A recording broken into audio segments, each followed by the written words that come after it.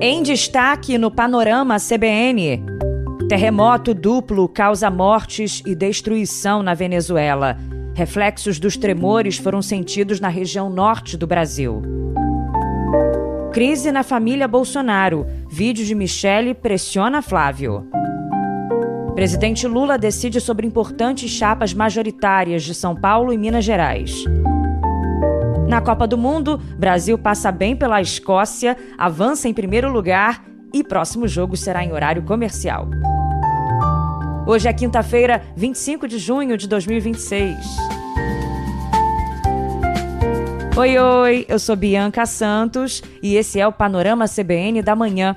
Eu te conto em menos de meia hora as notícias mais importantes do dia. Vamos juntos. A gente começa com uma notícia muito ruim, né? Equipes de resgate da Venezuela passaram a noite em busca de sobreviventes dos mais fortes terremotos registrados no país em 100 anos. Segundo o governo, pelo menos 32 pessoas morreram e mais de 700 ficaram feridas. Esse era o número que eu tinha até o início da manhã, no momento em que eu gravava o podcast. No intervalo de menos de 1 minuto, o país foi atingido por um tremor de magnitude 7,2 e outro de 7,5. De acordo com o Serviço Geológico dos Estados Unidos, os abalos sequenciais podem ter matado de 10 mil a 100 mil pessoas. A presidente interina, Delcy Rodrigues, decretou estado de emergência nacional, determinou a suspensão das aulas e convocou médicos e enfermeiros aos hospitais. O metrô de Caracas ficou fechado e o aeroporto internacional Simón Bolívar, principal terminal aéreo do país, teve as operações suspensas por tempo indeterminado devido a graves danos estruturais. Equipes de engenharia, defesa civil e centenas de agentes de resgate foram mobilizados em caráter de urgência para atuar nos escombros de edifícios e hotéis que desabaram em Caracas e em cidades do interior. No final da noite, o professor da Universidade Central da Venezuela, Jesus Mazei, relatou à CBN a situação em Caracas. Edificios caídos, lamentavelmente um pessoal lá dentro e então estão em operações de resgate. Algumas zonas de Caracas não têm luz, então nós, graças a Deus, temos luz, água e internet. Não tem aulas amanhã em nenhum nível, nem escolar nem universitário. Está suspenso o serviço do metrô e ferroviário na cidade de Caracas, na área metropolitana. A TV Globo conversou com o jornalista Carlos Javier, que mora perto de Caracas e também sentiu o tremor. Eu vivo em casa, a casa se moveu de verdade com muita força, a casa se sacudiu. Cuando logré salir, que esto transcurrieron unos cuantos segundos mientras estaba en la calle, los carros, mi carro y el carro de la vecina, se movían como que si la estuviesen empujando por ambos lados y se nos fue la luz. Realmente impresionante. Yo tengo 35 años, nunca había vivido un sismo de tal magnitud. Em pronunciamento, a presidente interina, Delcy Rodrigues, falou que a prioridade é encontrar sobreviventes nos escombros. A tradução foi feita pela Globo News. A primeira mensagem para o nosso povo é manter a união para salvar vidas. Imediatamente depois de ocorrido esse terremoto, todas as autoridades e sistema de proteção civil se dedicou ao resgate e assim estamos neste momento, resgatar vidas e depois veremos o relacionado com a recuperação da infraestrutura, recuperação material.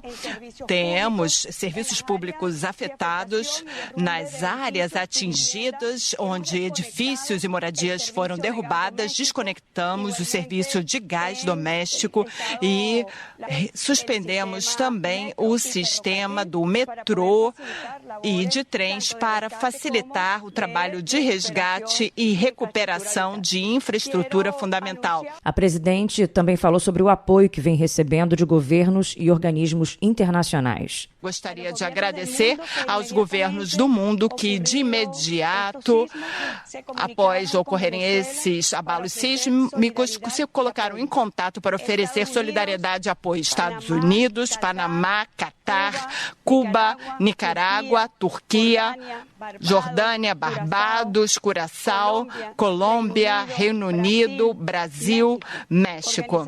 Organização das Nações Unidas, a ONU e órgãos multilaterais financeiros que já se colocaram em contato por diferentes vias com o governo venezuelano para expressar a sua solidariedade com o povo da Venezuela. O presidente dos Estados Unidos, Donald Trump, usou as redes sociais para oferecer ajuda humanitária imediata à Venezuela. Em comunicado, ele classificou os abalos como massivos em escala e disse que instruiu as agências do governo americano a mobilizarem equipes de busca, resgate e insumos médicos de emergência para envio imediato à região afetada. Ele falou também em um número devastador de mortos, mas não deu detalhes. O ex-presidente da Venezuela, Nicolás Maduro, enviou uma mensagem em nome dele e da esposa, Cília Flores, direcionada à população venezuelana. O ex-ditador e a mulher estão presos em Nova York desde janeiro, quando foram capturados pelo exército dos Estados Unidos em Caracas e enviados ao país para responder por vários crimes. Bom, aqui no Brasil, o presidente Lula manifestou consternação com os impactos dos terremotos e orientou o Ministério das Relações Exteriores a avaliar medidas de assistência em conjunto com a Embaixada Brasileira em Caracas. Segundo o Itamaraty, não há relatos de cidadãos brasileiros entre as vítimas dos tremores. Mas os reflexos dos terremotos foram sentidos em várias capitais e municípios da região norte do Brasil. Prédios comerciais e residenciais foram esvaziados em Manaus, Boa Vista, Macapá e Belém, bem no horário do Jogo do Brasil. Nossa, o prédio está balançando muito, muito, muito mesmo. Misericórdia. Meu Deus, parece labirintite. O prédio tremeu. Vários prédios de Belém. Eu estava deitado no sofá assistindo o jogo, comecei a assistir aquela coisa balançar. Eu pensava que era crise de labirintite, né? Aí eu olhei para cima, o lustre lá do nosso apartamento, começou a balançar também, né? Eu falei, não, Ginho, o prédio está balançando, bora descer. Até no elevador a gente ficava balançando dentro do elevador. É como se eu estivesse num barco. O cenário foi aterrorizante. Bom, aqui no Brasil foi assustador, mas graças a Deus, só um susto, Ninguém se machucou. O Planalto reafirmou a determinação em apoiar a gestão da presidente encarregada Delcy Rodrigues no trabalho de recuperação das áreas atingidas. E teve também um terremoto de magnitude 6,9 que atingiu a cidade de Iwate, na costa leste de Honshu, ilha principal do arquipélago do Japão. Não houve alerta para tsunami. Também não houve registro de feridos ou mortos. Esse terremoto foi sentido por toda a província de Aomori, com intensidade acima de 6. Os tremores aconteceram quase que simultaneamente aos que aconteceram na Venezuela. Agora vamos para assunto político aqui do Brasil, que envolve, na verdade, uma treta familiar, da família Bolsonaro. A ex-primeira-dama Michele Bolsonaro falou que foi desrespeitada e humilhada pelo senador e pré-candidato à presidência Flávio Bolsonaro, enteado dela. Num longo vídeo divulgado nas redes sociais, Michele relatou que o enteado cobrou o afastamento dela das decisões e articulações internas do PL. Bom, o desentendimento ocorreu após Michele criticar as negociações da legenda para fechar uma aliança eleitoral com o ex-governador Ciro Gomes, no Ceará. Uma punhalada. Voltando ao Flávio, telefonei para ele, tentei algumas vezes, mas ele não atendeu. Algumas horas depois da postagem, ele retornou a ligação. Mas, sinceramente, para falar o que ele me falou, seria melhor se ele não tivesse ligado. Ele foi muito ríspido, me desrespeitou e me maltratou ao telefone. E eu não tinha feito nada contra ele. Ele disse que seria melhor eu ficar fora das decisões do partido. Disse que eu havia chegado ontem e não entendia nada de política. Diante dessa humilhação, eu disse a ele que estava tudo bem. Entendi que ele não queria o meu apoio ou que este era insignificante. E então eu me recolhi. Fiquei na minha e assim permaneço. Michele sinalizou que não quer continuar o relacionamento com Flávio Bolsonaro e nem manifestar apoio ao pré-candidato. Agora, vou desmentir as narrativas e notícias que circulam na imprensa. Eles me tratam como se eu fosse idiota, como se eu fosse alguém que chegou ontem, mas eu não sou. Eu sei mais do que eles pensam. Primeiro, eu nunca pedi, cobrei ou condicionei desculpas públicas de ninguém. Não preciso disso. Eu já liberei o perdão faz muito tempo. Perdoar não é o mesmo que esquecer ou querer continuar o relacionamento. O Flávio vai à minha casa toda semana. Se ele realmente quisesse falar comigo, já teria falado. Se considerasse necessário o meu apoio, já teria conversado. Estou na minha. Continuarei recolhida. Bom, com a repercussão nas redes sociais, Flávio publicou uma mensagem pedindo desculpas a Michele. Pré-candidato do PL à presidência, né?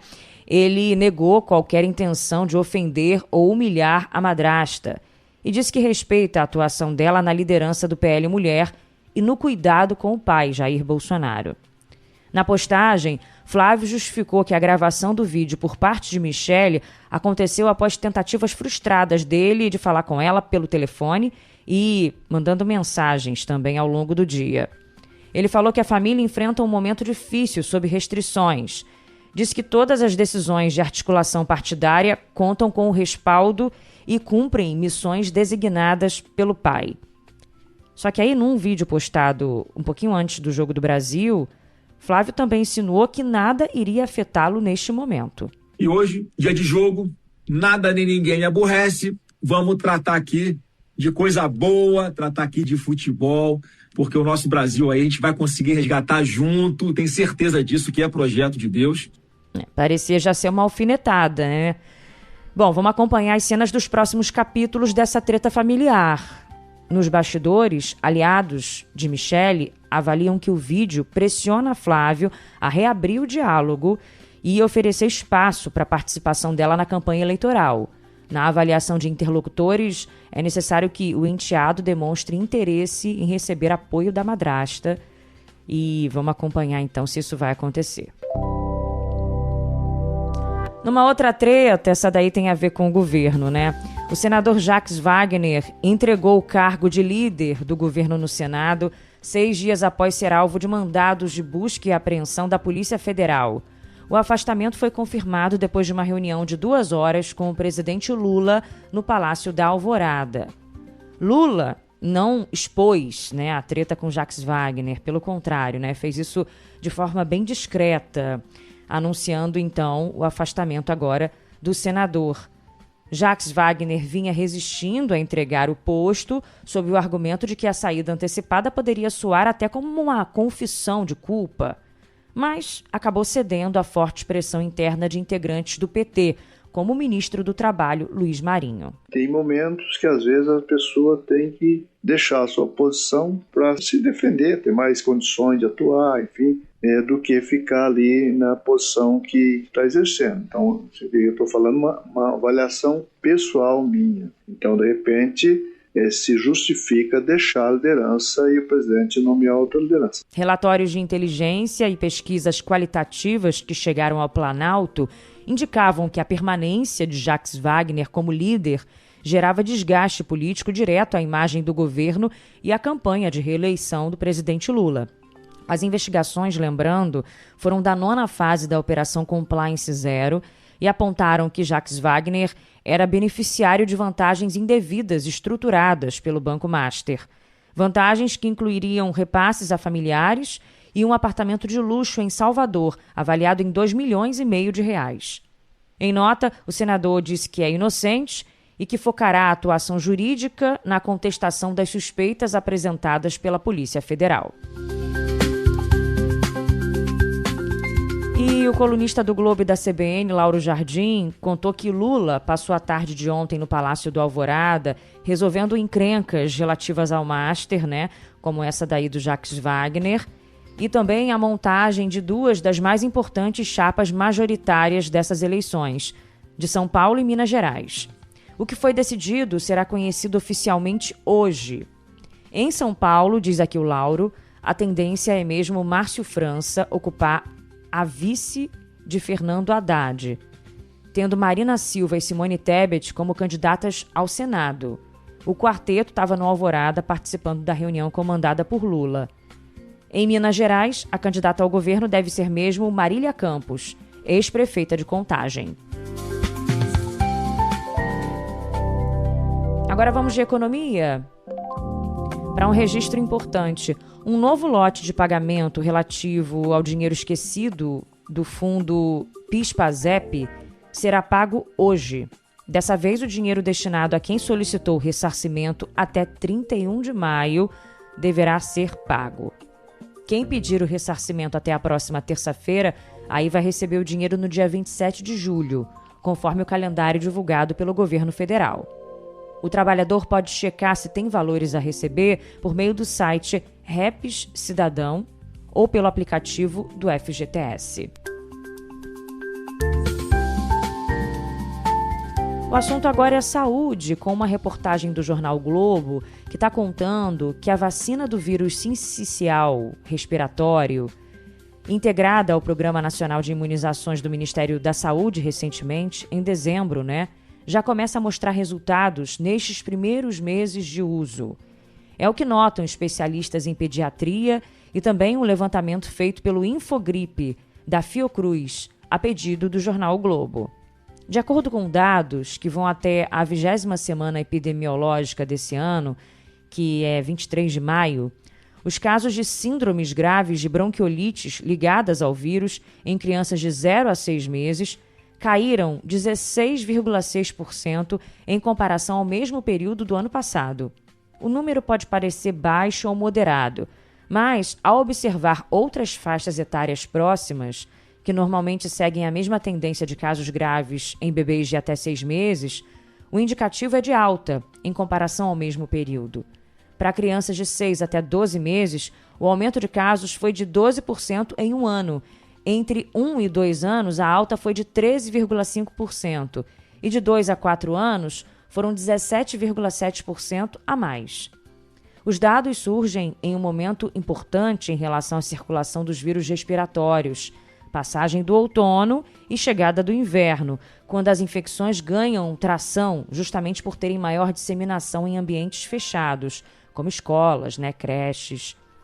Nesse sentido, há um motivo específico para que os bebês de até 6 meses pareçam resistir melhor a essa temporada do que os meninos e meninas um pouco mais velhos. A razão foi a chegada da vacina mesmo, que foi incluída ao programa em dezembro do ano passado. Esse imunizante é aplicado em gestantes a partir da 28ª semana gestacional. Com a vacinação, a mãe transfere anticorpos para que o bebê já nasça protegido contra a doença. Só que a duração de proteção dos anticorpos nos pequenos é de cerca de 6 meses, fase crítica da infecção que pode levar a internações, gravidade, e até morte. Agora vamos com o futebol, com a Copa do Mundo.